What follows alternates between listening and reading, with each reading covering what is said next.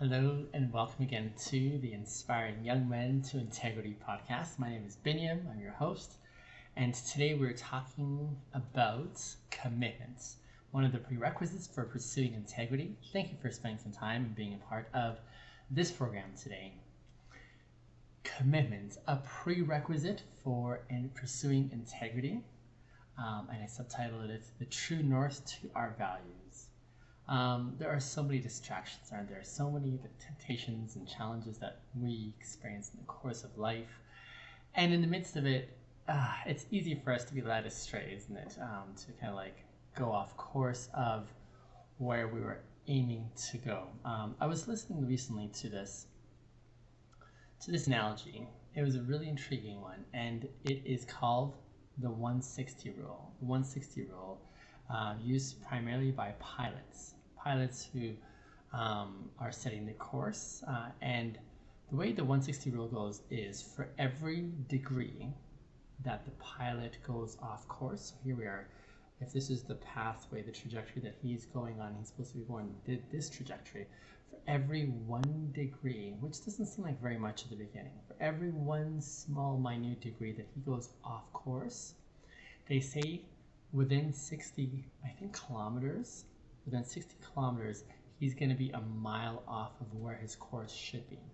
So why this is significant for the pilot is if he's going on this course here and he's expecting to be over water over here, but if he goes off course by just that 1 degree at the very outset, within 60 kilometers, he's going to be a mile off, and within that mile, there could be like a mountain right there all of a sudden, unexpectedly. So that's the 160 rule that pilots are aware of. And I thought of that analogy, especially in this context, when we as young men, we are trying to figure out how to navigate in this world, in this life that we have, in a way that there's a sense of consistency, there's a sense of confidence that we're doing what we're supposed to be doing, where we're supposed to be in life. And for so many of us, we don't, I think, have that sense. We don't have that sense that we know where it is that we're supposed to be, or what it is that we're supposed to be committing ourselves to, or what our purpose is in the first place. And we feel so off course, like that pilot who's just off by a degree at the very beginning, but eventually over time, it continues to widen that gap. And so many of us are living in a way, in a setting where our values that we hold for ourselves are so far from the way we're actually committing and engaging with the world around us. We look at ourselves, and if you're like me, we just say, this isn't where I want it to be. This isn't how I want it to be. This is so far removed from what I'd anticipated of what could be in my experience in life. And that's a really discouraging thing. And so that's why we're talking about commitment today. Commitment, especially as a prerequisite for integrity. And integrity helps us to, in essence, keep our commitments at the forefront. But a really good question, though, would be, what are we committing ourselves to? What is this commitment to? Before we dive into explaining what the answer is to that question, let's talk a little bit about definitions. Consistency can be defined as a strong dedication or a strong promise to something or someone. Consistency requires consistent investment of time, of energy, of effort to a certain goal or to a certain person. Commitment most likely is going to involve sacrifice as you try to figure out how to prioritize the things that you're trying to commit yourself to making sure that they're fulfilled and done. So there's definitely going to be sacrifice involved as you consider what commitment looks like. There's no way getting around it. It's just kind of like what's in front of us. So that's what commitment is. Integrity. We've been discussing integrity for quite some time. This is the theme of why I am posting on this platform and what I want to inspire others towards. Integrity, my definition, is a desire to consistently match one's internal values with their external actions, while being true to themselves and respectful of those that they're in community with. Integrity really helps keep commitment at the forefront, but the question is asking is, what are we committing to? What is this commitment that we're talking about to? Is it in reference to our job? Is it in reference to our roles at home? Is it like, what is this commitment specifically with reference to? And there are so many things that we commit ourselves to in life. We commit ourselves, for example, to our job, to showing up on time. We commit ourselves to going to class, if that's where you're still at, is you're following through with doing your work at school and trying to learn the concepts that you're needing to learn for the purpose that you want to learn them for. There's so many commitments. But I want to propose a sequence of priorities by way of how we should be applying these commitments in our life, and how it kind of plays out into all the rest of the other expressions of commitments that we may have signed up for. Integrity helps us to keep commitment at the forefront, but the real question of what are we committing to? The intersection between integrity and commitment, this intersection point, is the promise at the heart of it to stay true to our values no matter what. One of the ways I defined integrity just a moment ago was the consistent desire for one's internal values to match their external actions. And this is the very heart, I'm arguing, of where our commitment ought to be applied. Start here. Don't start like in all the external commitments that you've made in life, whether it's to your job or to a relationship or to your family or like whatever else. Make the first point of your execution of commitment at this place, where you're being true, you're practicing to be true to your value system no matter what. This is really what's going to help you deal with a lot of the challenges, temptations, the distractions that come along the way for all of us in life. So, young men, the degree to which you're applying your commitment at this focal beginning point, this prerequisites for life, the point at which you're committing yourself to committing to trying to figure out what is my value set and how am I living from it no matter what. This is the place where battles are lost or won. And the degree to which you're able to apply yourself in committing to knowing what your value system is and living from it, this is the place that's going to make all the rest of your experiences in life coalesce really well, to like really unfold well. Not to say that life is going to be perfect, but from this vantage point, you'll have the necessary disposition of confidence, of courage, of boldness, of purposefulness to be able to engage your world on purpose. So you'll be willing to resist temptation and peer pressure when you know your value system, and when you're committed to it, when you know it so well, you're like, nope, I know what this is. You're further willing to stand up for your values even when it's unpopular. I was thinking of an example to help illustrate this. Once upon a time, I used to work on the oil rigs. And for those of you that don't know, the rigs, the oil patch, it's a really abrasive sort of a work environment. In my experience and observation, many who work there are very rough personalities. That's probably one way to put it. Very rough personalities, and when I first started working there, I remember for the first few months how difficult it was. I wanted nothing but to quit. I wanted to get out of this job because it was just so harsh. The way they spoke to each other, the way they treated each other, the way they interacted with each other was just so abusive, so abrasive, so unhealthy, and it was not the kind of space I wanted to be in. It really kind of gets to you. In that setting there, basically when you work in that field, as you're coming in, there's a desire for you to be put in place right from the very get-go. They're just going to pulverize you and yell and swear and just kind of put you down and demean you and all these things that are really challenging. And as I tried to endure through those few months at the beginning when it was really brutal, eventually I got used to it and I earned their trust and their respect and so on. But those first few months, they were so difficult. As I worked as hard as I could, and I don't struggle with working hard, but I applied myself as hard as I could. It was hard work, and I was barely keeping up. But as I try to keep up with work and navigate through all the harsh ways that they communicate, the value system that they were communicating was one that would, I could feel the pressure to like succumb and be like them, to yell back, to curse back, to do all those things, but that wasn't me. Like I was like, no, that's not how I respond. I had to learn how to speak loudly. I have a very soft spoken voice, but I had to learn how to speak loudly. I had to use some specific terminology that did include swear words, even though I don't by nature swear. So there were some things that I had to wrestle with in my value system, saying, I'm going to have to use the appropriate terminology here, even though it includes swear words that I don't want to say, but I understand that this is part of the job, and so I'm going to like yield on that. But I'm not going to yield on the character part. I'm still going to engage and treat them in the way that I feel compelled to, even though the pressure is intense on me to be able to say yield and engage the way that they are. I said, no, I'm not going to do that. And so it was this commitment on my part, knowing what my value system was, to say, I refuse to respond in the way that they're pressuring me to respond, and to change in the way that they want to see me.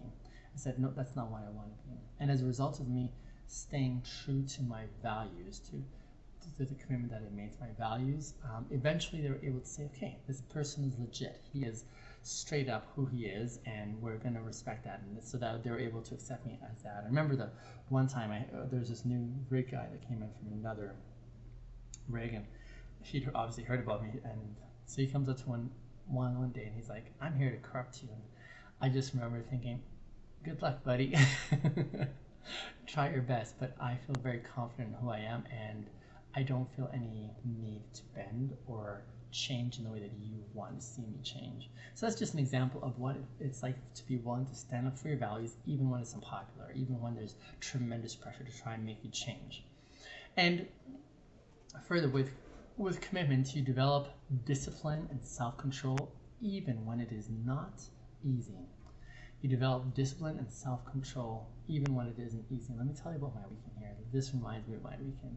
So I'm just at the tail end of the weekend here. I'm posting this a little bit early. As you can see, it's nighttime outside. This is the beautiful city here behind me. But I'm posting at nighttime instead of in the morning when I usually do. I usually wake up at like 3 o'clock in the morning, and I get all my stuff ready, and I write my article on LinkedIn, and then I record my video, and then I post those. I'm doing this on Sunday night though, because tomorrow morning I have to wake up super early and be at work like 5 o'clock, really early. There's some things I have to attend to in my role there. But all that to say, this weekend was one of those weekends that was kind of discouraging, and I'll tell you why. And it kind of feeds into the development of discipline and self-control, even when it isn't easy. Well, I've been saving up for some time now. I've been saving up and trying to watch my finances, because there's some goals I want to reach. And a huge part of it has to do with my commitment in this podcast. As I prepare it and as I commit to you guys and creating content on a regular basis to make sure that you are being served well. And one of the things I wanted to do this weekend was enhance my enhance my tools. That's a better way to say it. I've been saving up for some time. I wanted to save up I needed a new computer. So I had a laptop that I was using, and it was definitely having some significant limitations. I wasn't able to do the kind of video editing that I wanted to do, so it was very limited in that capacity. So my hands are down there, so I was thinking I need to get a new laptop in time here, or a new computer in time, but not quite yet. First of all, I thought, let me get a good, decent camera. And so I'd done some homework. I talked to my younger brother, who is really into photography, and so we kind of worked on a game plan of what I was going to get, and I found this beautiful camera that I was thinking of acquiring this weekend as an acquisition to help me create even better footage. Right now I'm using a little, this is a webcam, there we are, that I acquired this weekend. I'll tell you why I acquired it this weekend. But it's not the best camera, but I want something that is like going to be really good, so that not only the sound quality, like with this microphone that I've invested in, but also the audio visual quality is also going to be on point. And so as I was preparing to like buy this camera so that I can create even better content and up my game this way, um, my computer that I use, the laptop that I was just referencing, died on me. Like, just as I was about to like go and get ready to buy that camera, my computer literally died, and I thought, oh, no, no, no, no, no, this is not good, because I need my computer to do a lot of the work that I do. Like, I record these videos on the computer, I do a lot of my research on the computer. I use my computer for a lot of things in reference to preparing content and so on. So I thought, I need a computer. So I sighed. And then I started looking for a computer. And so I spent the entire weekend running all over to get a desktop tower. And then I got a monitor. I got this webcam that you're looking at. I got a keyboard and a mouse. And I had to get all these different things. I had to get HDMI. Like, I had to go all over the place because I'm usually a bargain shopper because I'm trying to save money right now, and you know, you just have to make some sacrifices as you're going in life, and there's other significant sacrifices I'm currently making right now to try and make all this work. But I'm doing this because, one, I'm committed. I'm committed to this process. This is what self-discipline looks like for me. This is what restraint looks like. This is what it looks like for me to sacrifice. When I'm like, oh, I wanted to do this, but I gotta put that on hold. I'd love to do this, or you know, pursue this.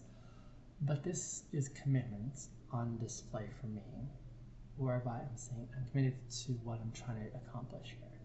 And I need to figure out what needs to come first. What's the priority sequence? A computer is really necessary. So I was able to do my homework and get just the right computer, because now with this computer, I shouldn't have any more issues with video editing, which my old computer did. And so I'm looking forward to that part.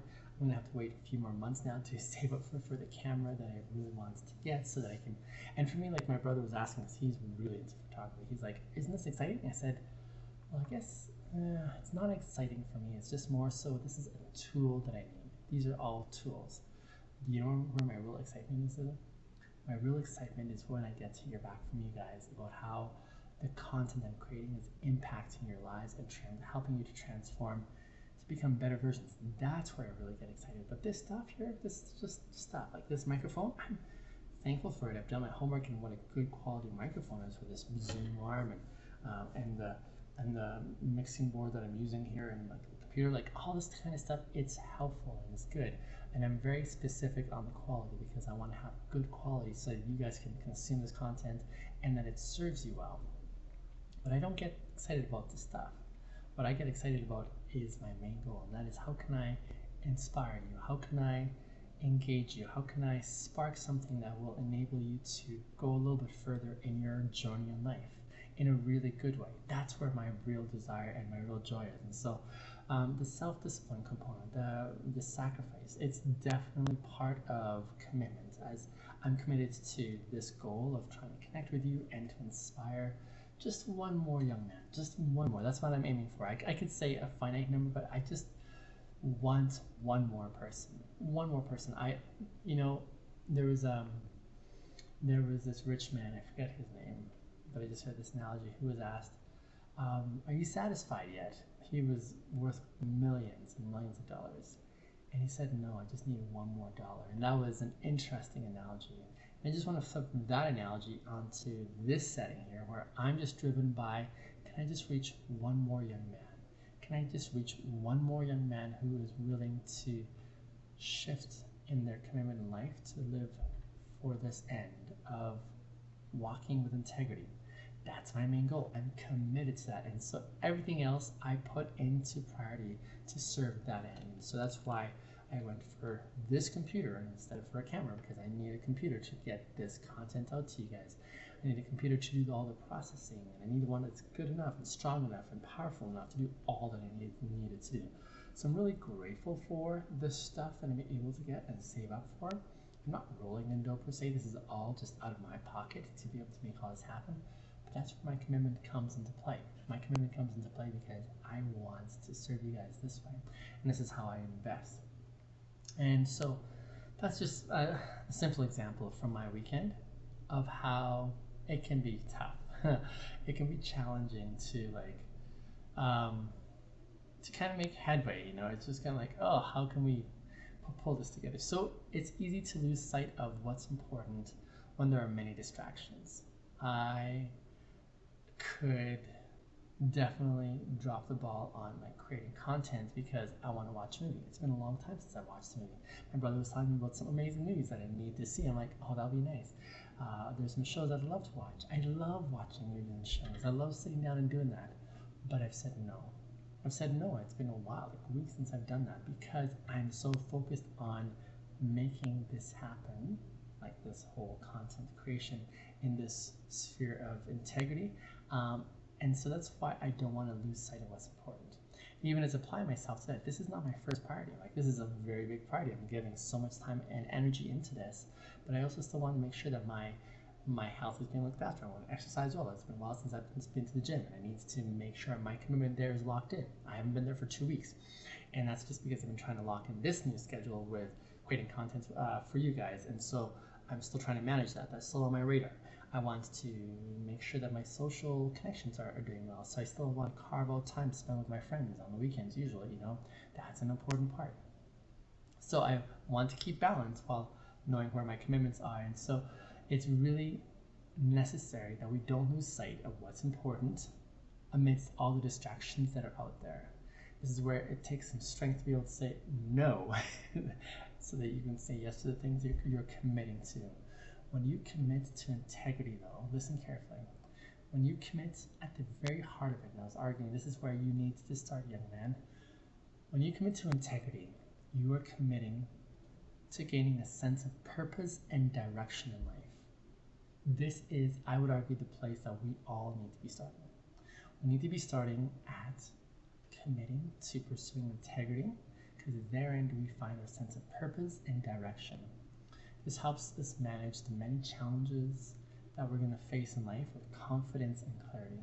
See, when you make yourself the number one priority, especially why I said when you make yourself that priority first in your integrity, or you're walking with integrity, it's from there that you can see the whole world and all your engagements through this lens. When you put on the lens of integrity, it informs how you're going to go about making decisions for everything else in life. This is why I didn't start off with saying, make sure your commitments to your work is on point, or make sure your commitment in your relationships is all good. Because all that's important, but it's not as important as first and foremost, making commitments to yourself, to walking with integrity, and to developing that moral code or framework that you subscribe to that's going to define and give you a sense of purpose in the way that you're navigating through this life. So when young men are committed to the values that they are learning about themselves, they're able to stay true to themselves, especially in the midst of adversity. When you focus on what it looks like to commit yourself in living this way because of this moral framework, you're able to first and foremost be true to the number one important thing, and that's yourself. Know yourself first. Know yourself first, because in knowing yourself, you'll be able to know what you're about. You're less likely to be swayed by peer pressure or the influences that don't align with your values when you know your value system very well, first and foremost. You'll have further strength and courage to be able to stand for what you believe in. And then that will enable you to resist going with the flow, which that investment of resisting, going with the flow and just bowing to peer pressure, it takes massive energy. And it's not for the faint of heart. That means you really need to know yourself well. You really need to know yourself well so you can be decisive. You need to know yourself well so you can be confident in the way you respond. You need to know yourself well so that you know exactly what you're going to participate in and where you're going to say no. Where are your commitments?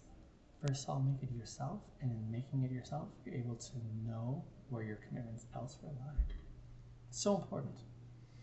With commitments, you also stay focused on your goals and aspirations. It's with commitment that you have a clear sense of direction and purpose, okay? With commitment to integrity, knowing yourself, you're now able to know, okay, if this is important as far as my values are, how do I now pursue things that really make sense for me through this lens of what my moral framework and ethics are? Integrity really helps you to understand your goals and aspirations through the corridor of commitment. when you're committed to pursuing living your life with integrity in all engagements, you're no longer interested in cutting corners and taking shortcuts and being negligent. Like, you're now really interested in doing the right thing. You're interested in doing the right thing because it really matters a lot to you internally. Your framework, your mind is at peace, your conscience is clear. You're able to say, this is where I need to go, and you have that courageous progression through it, despite the fact that it's going to be hard work. Through commitment, though commitment is not easy, though it's not easy, it really does clarify a lot of things in life.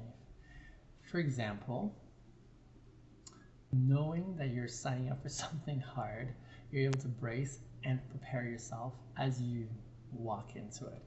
You know why you're doing it, and you're committed to doing it, even though it's uncomfortable, even though it's painful. You're saying, there is something that I'm striving for, and I'm driven by that goal that I want to reach, and this is my way of progressing to that place. It's going to require hard work and discipline and sacrifice. Young men,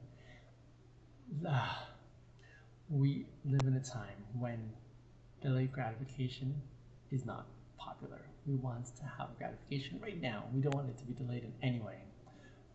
But life guarantees that there's going to be obstacles and setbacks. Listen, I watch as so many of us plan, young men, to embark on our goals. And we're like, this is what's going to happen.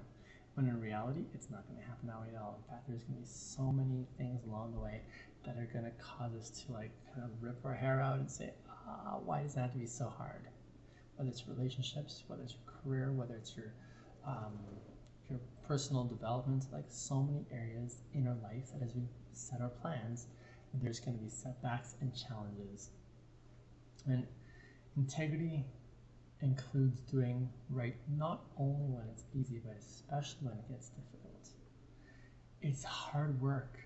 It takes discipline. It's going to take sacrifice. And I don't want you to be caught off guard. When it happens where the challenges come up and they seem really daunting, let me remind you, my dear listener, that we could bow out and sort of yield and throw the white flag and say, I've had enough, I can't do this anymore. But then we shortchange ourselves in some significant ways, which is not helpful. Why not instead step into that pain and say, this is for my good, and I'm going to get stronger. You're in essence growing your ethics muscles, your moral muscles, and you're saying, this is not easy, but I'm going to become a better person as a result of this. So walk through it. The more you practice, the easier it becomes, and you're growing through this process. And as you acquire these new muscles of integrity and what that looks like, it gets easier over time, and you get better, and you look back after some time and say, wow, I've come a long way. I've come a long way, and it's really a wonderful thing to behold. Now, how do you make commitments to yourself and to your values? I've been arguing this whole time, make yourself the first and focal point. First of all, surround yourself with like-minded individuals. Sometimes it just takes being in a different setting and saying, how can I start thinking in a different way? We may need an assist, and that's no bad thing. We're not made to do this this life solo. We're in community for a reason. So find like-minded people who you admire. Maybe they're popular authors or speakers that you are resonating with, and you're like, I want to be more like this person, or they really inspire me. So you start reading more of the books, you start watching more of the videos, start putting their ideas into your mind and thinking about them more. The more you let it reflect in your mind, the more ideas that you start coming up with, saying, here's how this could work for me. So surround yourself with voices that are going to be helpful. If you know people in your life that you really admire and respect, come alongside them and say, can we hang out? I want to get to be a better person. I think I want to be more like you. Just let them know straight up, this is what I like. And let them start mentoring you, whether officially or unofficially. Start feeding yourself with this kind of energy from those that you admire and want to be like. This takes courage to be able to do, but you need to do it for yourself. And then take time out for yourself as you start gaining more and more ideas. And as you start getting more and more awareness and clarity, take time away for yourself. Now, actually do this. Don't listen to me just saying this or suggesting it. I want you, even after this talk that I'm going to finish here in just a moment, go and find some time in your schedule. Sit down, my dear listener. Young man, sit down just by yourself. Take away all the distractions and hone in and focus and say, based on what I know about myself, where am I at currently right now? And where would I like to be as far as the kind of man that I want to be? And then start charting a pathway of how you might get there. Start thinking, who am I going to spend time with? Who am I going to ask for help? How am I going to start applying myself in small increments to trying to be better? Here's the the top 5 things that I struggle with, from anger to lying to whatever else. Then you start working on those small by small. This is not meant to happen in just a moment, dear listener. This is meant to happen over a lifetime. It's a lifelong journey. It's not happening in a snap. So can I remind you a couple of things? And this is really important. Let me finish off and just have your attention here, especially at this moment. This is going to be a lifetime progression. So make patience your friend. Make patience your friend. And be kind to yourself in the midst of pursuing this change. Be kind to yourself, because you're going to need to take time to shift and grow over time. If you've enjoyed today's chat, subscribe, join me, as I would love to walk alongside you and encouraging you and seeing you become a better version of you. I would like just one more person, one more young man to join up and say, I want to live with integrity. Just one more. This is, for me, I want to commit to this for a very long time. And what this looks like is just saying, how can I continue to develop this rapport with you guys? How can I continue to connect with you guys? How can I continue to create content? How can I commit to showing you what integrity could look like? Not because I'm a professional or one who's arrived. I'm still striving for it, even in the midst of where I'm at in life right now, and I'd love for you to join in with me. So I hope to see you in the next video. Until then, commit.